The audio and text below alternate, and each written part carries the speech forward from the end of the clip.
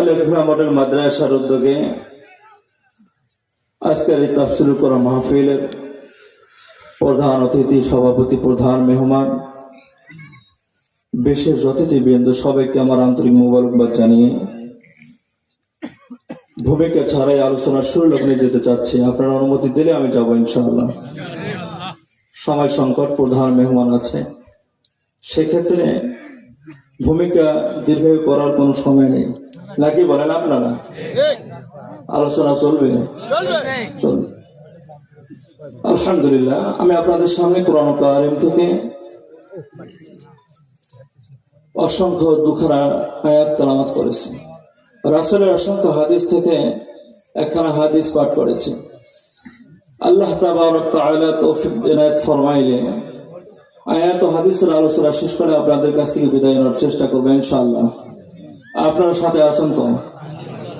আছেন তো ইনশাআল্লাহ? কারা কারা নাই হাতটা তুলেন তো। একবার তাকবীরের ধ্বনিতে সবাই হাতটা উঁচু করে বলতে পারবেন যে হুজুর আমরা ইনশাআল্লাহ থাকবো। লিল্লাহি তাকবীর, লিল্লাহি তাকবীর।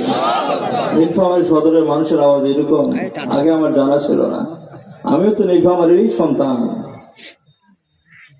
আরেকটু জোরে হবে, লিল্লাহি তাকবীর, লিল্লাহি তাকবীর। আল কোরআনের আলো সামনে আপনারা ফের হয়ে গেছেন। যুবক ভাইরা আছে তো ইনশাআল্লাহ? যুবক ভাইরা আছে তো? কথা কয় না, যুবক ভাইরা আছে তো? আওয়াজ দিতে পারবে তো ইনশাআল্লাহ? হ্যাঁ, ছোটবেলায় আমার নানা নানিদের কাছে গল্প শুনতাম, কিসা কই কিসা কই, কিসার নাই মানে তুমি থাকলে দূরে হাহু যদি না বলো তাই কি কিসা বনে। হাহু বলতে আছেন তো ইনশাআল্লাহ? ইনশাআল্লাহ, ইনশাআল্লাহ।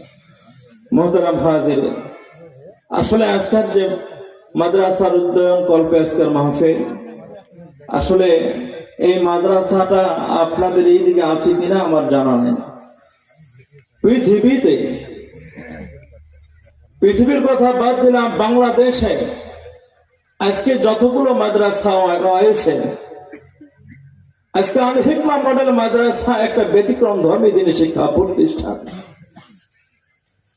এমন একটা দিনী শিক্ষা প্রতিষ্ঠান, যেই শিক্ষা প্রতিষ্ঠানে আপনার সন্তানকে লেখাপড়া করালে 4টি বিষয়ে শিক্ষিত অর্জন হবে ইনশাআল্লাহ। 4টা বিষয়ে আপনার সন্তান শিক্ষিত হবে, আপনার মেয়ে শিক্ষিত হবে। আমি সেই মাদ্রাসা সম্বন্ধে কিছু ধারণা